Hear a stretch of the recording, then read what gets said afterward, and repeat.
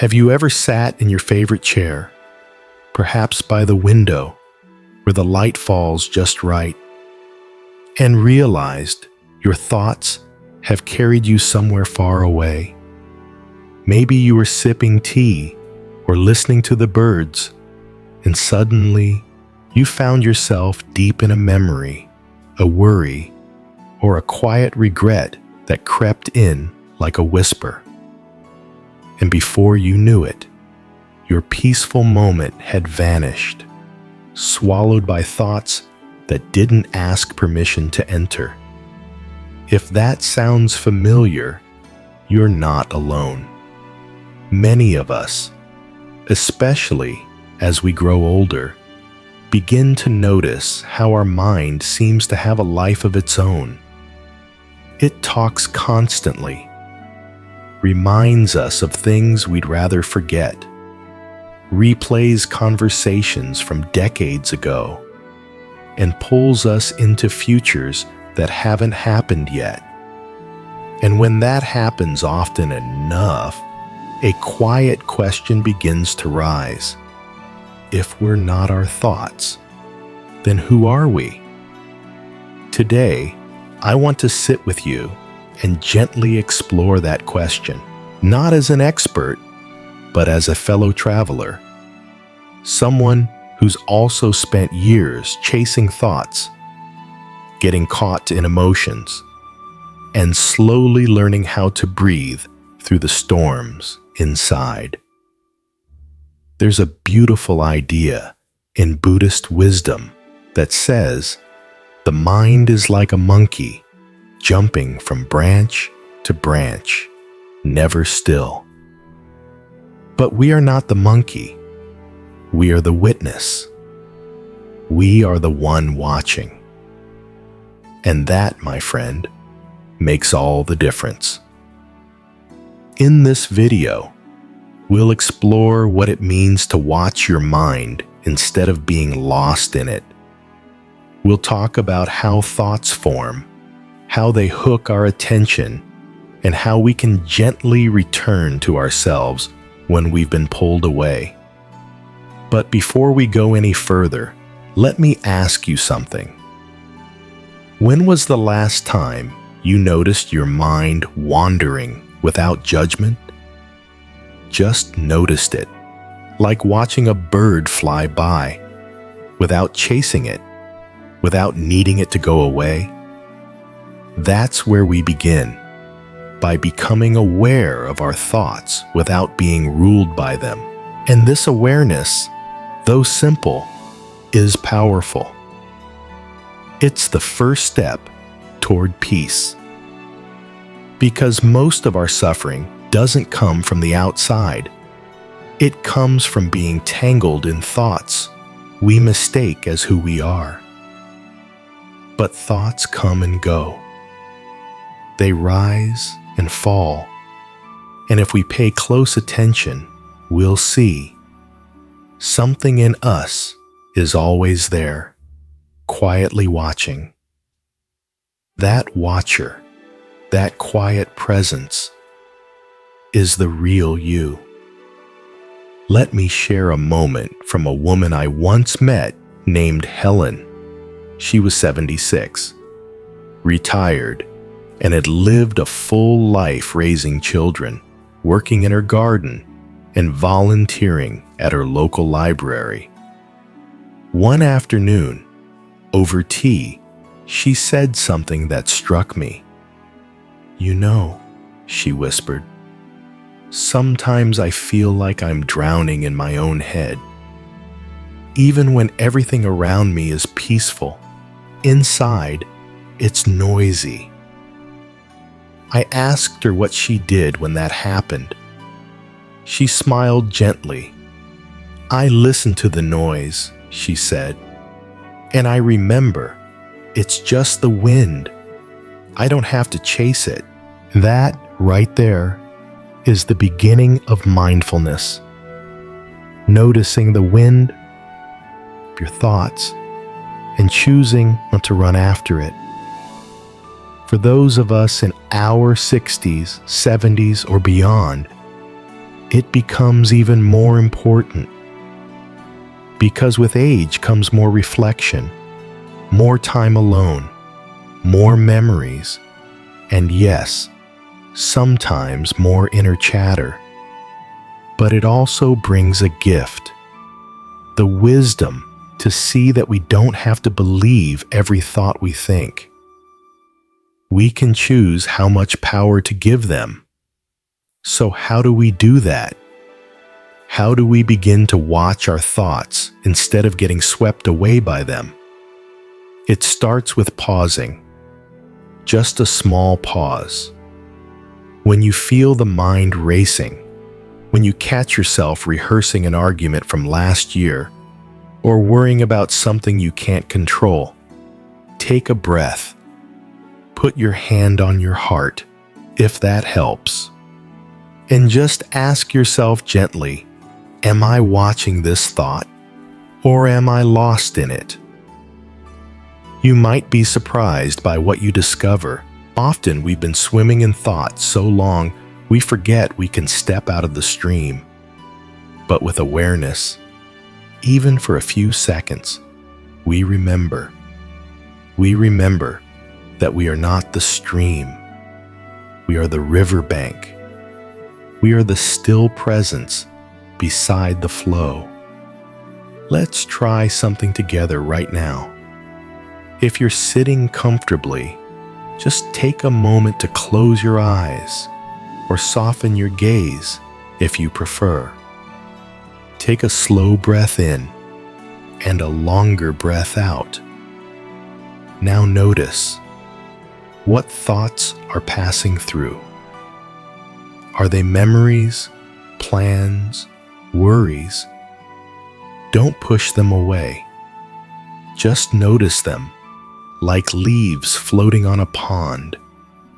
And as you breathe, imagine yourself sitting quietly on the edge of that pond, watching gently, kindly, without needing to dive in. You don't need to fix anything in this moment. You don't need to do anything at all. Just notice, breathe, rest.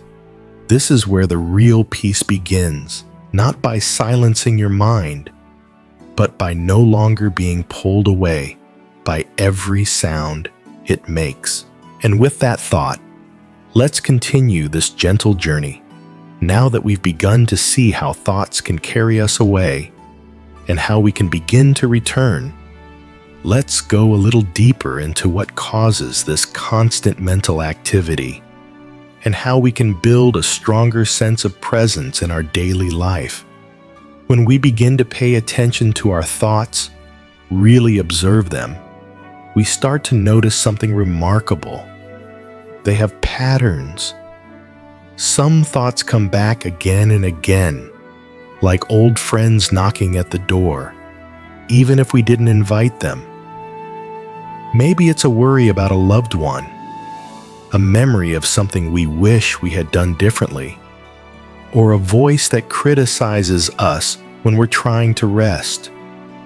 And we begin to ask, why do I keep thinking this? Why won't it stop? It's a fair question. Many of our thoughts are shaped by old habits, by stories we've repeated to ourselves for decades. Think of your mind like a well-worn path through a forest. If you walk the same trail every day, it becomes smooth, familiar, easy to follow. Your mind is the same. The more you think a thought, the easier it is for your mind to return to it.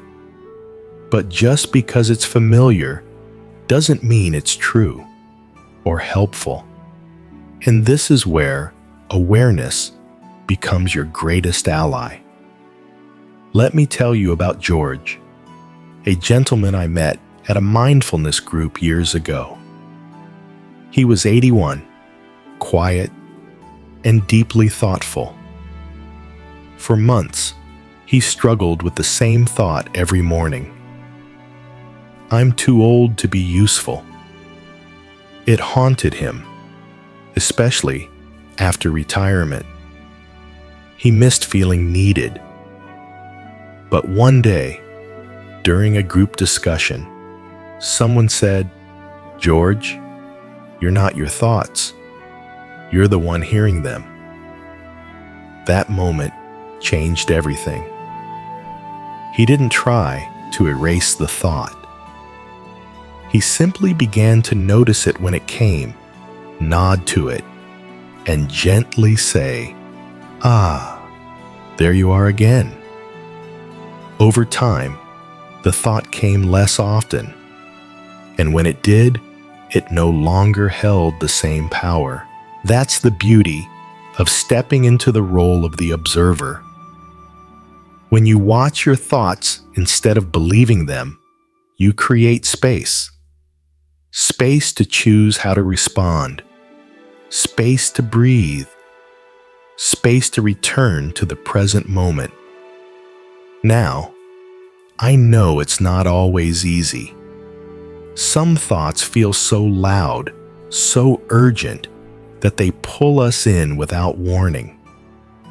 Especially if we're alone more often, as many people are after retirement or after the loss of a partner. The quiet of the room can make the mind seem even noisier. But what if we could learn to treat our thoughts like visitors in a waiting room? Some just passing through, some who stay a bit too long. But we don't need to invite every visitor to sit down for tea. Here's a little practice that might help. The next time a difficult or repetitive thought appears, try this. Instead of saying, "I am worried," say, "I notice there is worry." Instead of, "I am sad," try, "I see sadness is here." That small shift in language reminds us we are not the thought. We are the awareness that sees it. And that shift, simple as it sounds, can bring enormous relief. Now let's talk about breath. Breath is the oldest and most faithful companion we have. From the moment we entered this world, it has been with us, quietly supporting us through every joy, every heartbreak, every quiet night alone. And breath is also the doorway to the present moment. When your mind feels chaotic, uncertain, or overwhelmed, you can always come back to the breath. It anchors you. It reminds you where you are. It gives you something solid to hold on to when the world inside feels like it's spinning. Try it now, if you'd like. Breathe in slowly, and breathe out even slower. As you do, just say silently, "Here I am." That's all. Nothing fancy, no pressure to achieve anything. Just a breath and the quiet realization that you're still here, still alive, still capable of finding peace. Some people ask me, what if I can't stop my thoughts? What if my mind is too loud, too restless?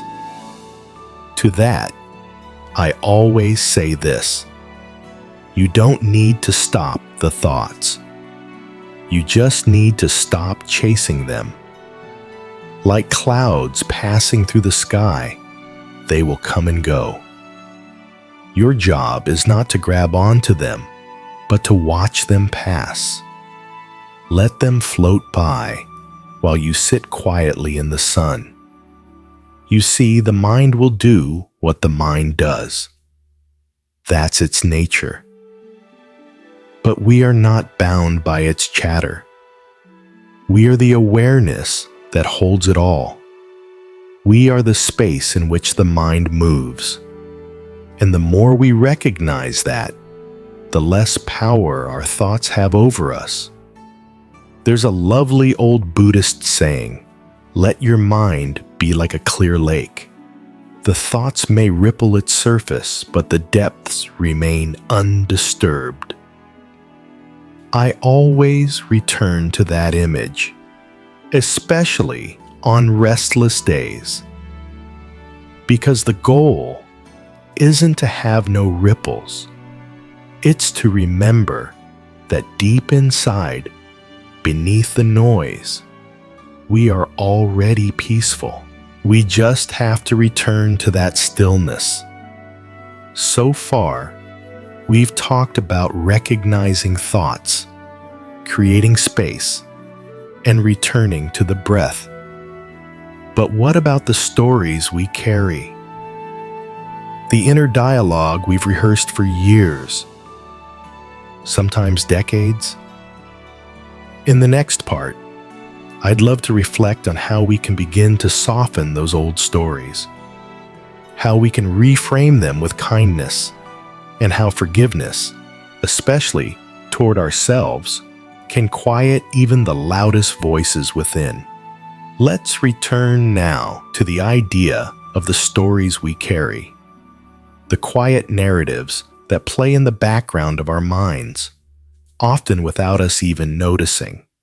These stories can be comforting, but they can also keep us stuck. And as we grow older, these stories become more deeply etched into the way we see ourselves. Some might sound like, "I'm not as sharp as I used to be," or "It's too late for me to change." Others might echo past regrets. "I should have done more," or "Why did I say that all those years ago?" But here's something tender to consider.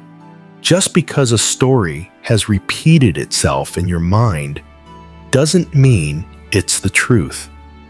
Often, those inner voices come from moments of pain, from someone else's criticism, or from a time when we were just doing the best we could. The mind is a powerful storyteller, but it's not always a reliable narrator. And when we recognize that, we begin to reclaim our power. Imagine your mind is a house. Some rooms you visit often, others you haven't opened in years. Some are filled with light, others with shadows. What would it be like to walk into one of those shadowy rooms, not with fear, but with curiosity? What would it feel like to sit quietly and say, "I see you, old memory. I know you've been here a long time, but you don't define who I am now." Forgiveness plays a powerful role here, not just forgiving others, but forgiving ourselves for what we didn't know, for the times we fell short, for the things we wish we could do over. I met a woman named Eliza once, in her 70s, who carried decades of guilt over a decision she made when she was just 30. It haunted her, whispering that she had failed someone she loved. But one afternoon, during a silent retreat, she wrote herself a letter, written from the heart of her present-day self to that young woman she once was. She ended it with 3 simple words: "I forgive you." She said the weight lifted instantly, not gone forever, but no longer pressing on her chest every morning. That's the grace of awareness. It doesn't require us to fix the past. It invites us to be gentle with it, to let the old voices speak, and then kindly choose not to believe them anymore. Now, some thoughts are sneakier. They dress themselves up as logic or protection. Thoughts like, "If I don't worry, something bad will happen," or "I must prepare for the worst." These thoughts are often rooted in fear, and fear is clever. But we can meet fear with presence. We can look it in the eye and say, Thank you for trying to protect me, but I'm okay now. I don't need that anymore. The shift happens when we stop trying to control the mind and start learning to sit beside it. When we stop pushing thoughts away or pulling them in, and instead just observe without judgment. That's the heart of mindful awareness.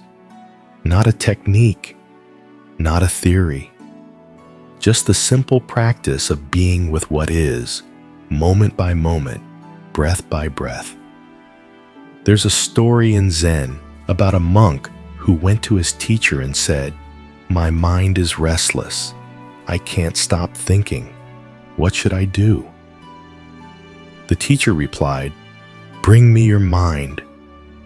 The monk said, "I can't find it." The teacher smiled and said, "There, I have calmed your mind." It sounds mysterious, but it's actually quite practical. The moment we try to look at the mind directly, to grab it, define it, find it, we realize it's not a thing we can hold.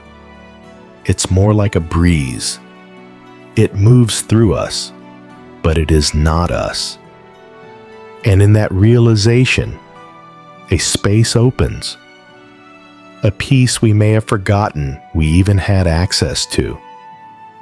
If you've ever sat quietly and felt something like stillness wash over you, even for a second, that's it.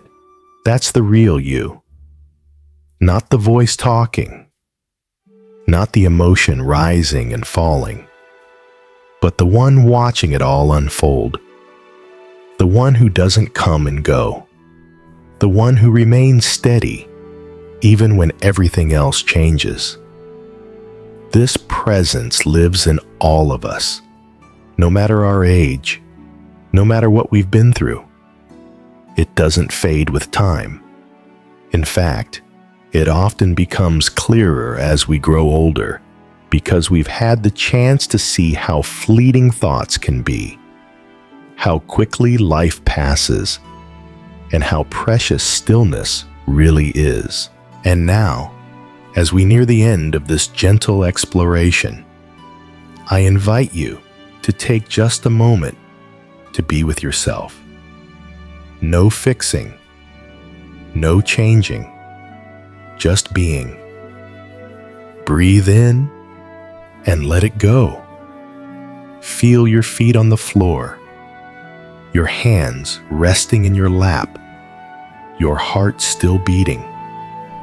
All is well, even if your mind tries to say otherwise. In the final part of our journey together, I'd love to offer a few simple practices you can use each day to stay grounded in this awareness. A few daily habits to help you watch the mind without getting lost in it.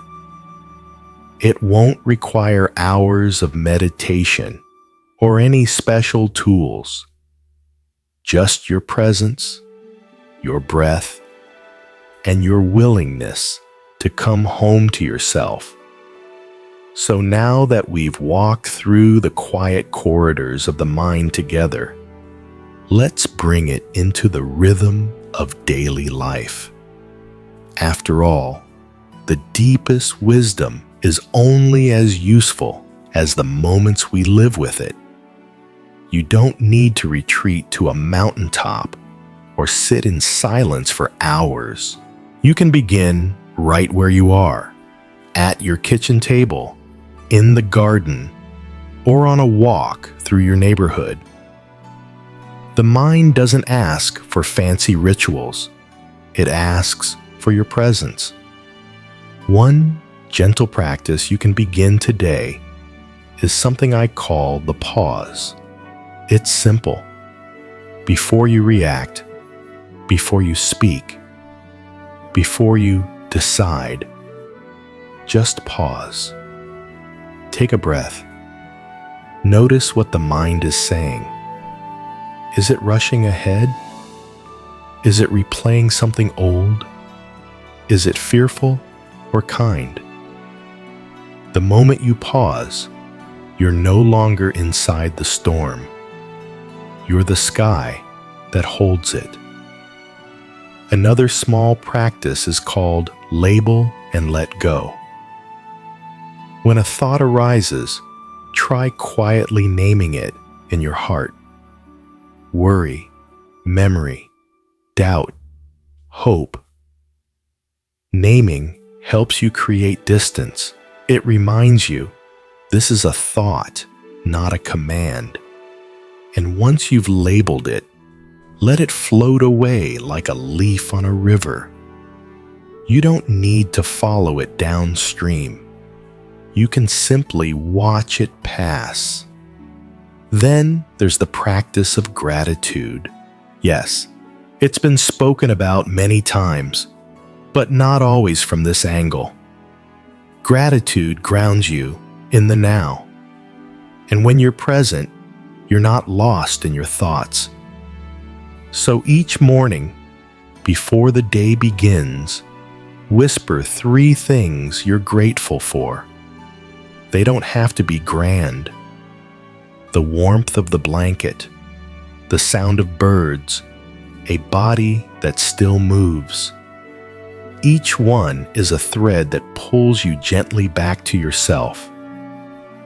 And finally, a very tender practice, perhaps the most powerful of all, is talking to your mind as if it were a friend. A dear, slightly anxious friend who tries to help but doesn't always know how. When the thoughts begin to swirl, say, "Thank you for trying to protect me, but I've got this now." Or, "I hear you, but I don't need you to run the show today." This soft inner dialogue shifts the relationship. You're no longer lost in the mind. You're caring for it. These practices aren't about getting rid of thoughts or forcing the mind to be still. They're about remembering that you are more than the mind. You are the one who sees. And from that place of awareness, peace becomes possible. Not because life is perfect, but because you are no longer swept away by every wave. I once spoke with a retired teacher, Mr. Langston, who had practiced mindfulness for only a few weeks. He told me something I'll never forget. He said, "For the first time in years, I heard the clock ticking, and it didn't feel like time slipping away. It felt like time standing still, just long enough for me to meet myself." That's the power of watching the mind. It brings you home. So, if you've ever felt overwhelmed by your thoughts, if you felt like you're drowning in worry or haunted by old memories, know this: you are not alone. And more importantly, you are not your thoughts. You are not broken. You are not too late to change. You are the awareness behind it all. And that awareness, it is calm. It is wise. It has been patiently waiting for you to remember. Take this moment now, dear viewer, just to breathe. Feel the breath enter and feel it leave. No judgment, just breath. That breath is the bridge between the noise of the mind and the peace of the present. If anything in this video touched you, I invite you to write a comment. What did you see in yourself? What voice do you want to let go of? Or simply type, "I am aware." It's a powerful affirmation. You never know who else might read your words and feel less alone. And if you found this time together helpful, please consider giving this video a like. It lets the platform know this content matters. And if you want more peaceful reflections like this, feel free to subscribe. This channel is your space, a quiet corner of the internet where your heart and mind are always welcome. As we close today, I offer you this simple blessing. May you be still enough to hear your soul. May you be brave enough to question your thoughts. And may you remember, always, that you are not lost. You are simply waking up. Until next time, take gentle care of yourself. The mind may wander, but your presence is always here to return to. Peace be with you.